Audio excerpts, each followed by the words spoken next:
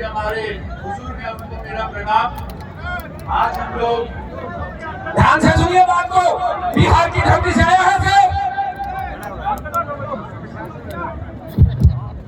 आज हम लोग आपके बीच में आए हैं और महाभारत की इस धरती, पावन धरती पे यहाँ पर आना हुआ है। बड़ा ही मन खुश है और साथ ही साथ मैं आपके बीच में ये कहने के लिए आया हूँ कि कभी भी और कहीं भी हमारी जरूरत पड़ी है तो हम वहां पर मिलेंगे आपको। इसीलिए आज आपके बीच में यहाँ पर आए हैं। सही बात कह रहे थे मनोज झा जी, जो हमारे पार्टी के एमपी हैं, उन्होंने जब ठाकुर का कुआं कहा और सुनाया, और आप सब लोगों ने भी सुना होगा, वीडियो तो वायरल हो ही चुकी है। पोयम तक तो ठीक था, लेकिन जब वो बोलने लगे अपने अंदर के ठाकुर को मारो, तो मुझे एक चीज याद आ गई। बचपन से जिस जिस मूवी में हम लोगों ने देखा, पिक्चरों में हम लोगों ने देखा, विलन ठाकुरों को बनाया गया। क्या ये उचित है? मैं आपसे पूछता हूं। जब ये उचित नहीं था तो मैंने बोला मैं इस पार्टी में रहकर के भी अपनी बात रखूंगा, गूंगा नहीं होने वाला हूं।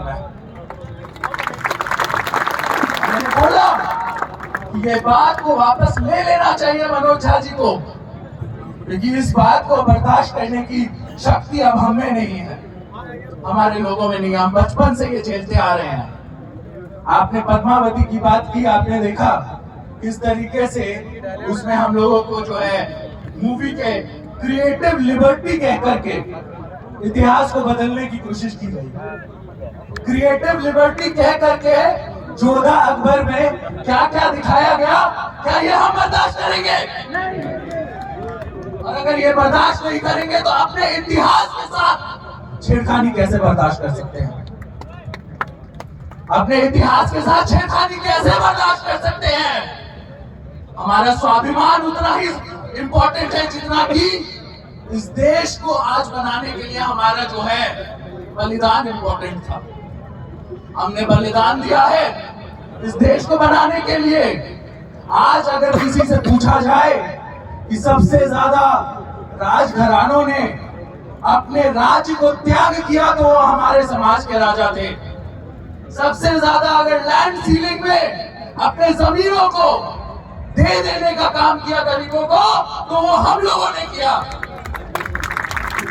जब जब बाहर की हुकूमतें तलवार और बंदूक के लेकर के इस देश में घुसी, तो हमारे सीने थे जिनके ऊपर वो बंदूकों की गोलियां चली, और हमारे सर थे जो इस देश के लिए हम लोगों ने दान कर दिया। इस स्वाभिमान को यदि कोई नहीं समझ सकता है तो इस देश में उसको अपनी सरकार चलाने का कोई हक नहीं बनता। हमें जागना होगा, समझना होगा। हर बार ये जो लक्षण है इनके बदल नहीं रहे हैं। पृथ्वीराज चौहान को जिस तरीके से, कौन थे पृथ्वीराज चौहान? मैं आपसे पूछता हूं, हमें बताने की जरूरत है कि कौन थे पृथ्वीराज चौहान? हमारे पुरखे थे। हमें बताने की जरूरत है कि वीर भोज कौन थे? वो हमारे थे, वो किसी और के नहीं थे। और जहां तक की सरकार जब आपकी है और आप कहते हैं कि यहाँ पर ज्यादातर जो हमारे समाज के लोग हैं आपके वोटर हैं, तो सिर्फ वोट निकल गया तो हमारा कोई जरूरत नहीं। ये तो सोचने वाली बात होगी। हम लोग अगर आज इस चीज का विरोध नहीं करेंगे, अपने खिलाफ जो ये षड्यंत्र चल रहा है उसको नहीं समझेंगे, तो आखिर कौन समझने वाले? और जैसा कि आप लोग जान ही रहे हैं, इस जगह पे हम लोग आए हैं ताकि एक यात्रा जो हमारी चलेगी इस जगह से, यहां से जो हम यात्रा निकालेंगे उसका संदेश सिर्फ हरियाणा में नहीं पूरे भारत में गूंजना चाहिए, ताकि अगर दिल्ली में भी बैठा कोई आदमी ये षड्यंत्र रच रहा हो कि हमारे अगले पुरखे को पता चला महाराणा प्रताप को ही कुछ और बता दिया। तो अगर ये षड्यंत्र रच रहा हो तो उसको मुंह तोड़ जवाब देने का काम हमें यहीं से करना होगा। कैथल की जनता और कैथल के लोग को हम धन्यवाद कहते हैं कि आपने इसकी शुरुआत की है, इस लड़ाई की शुरुआत की है।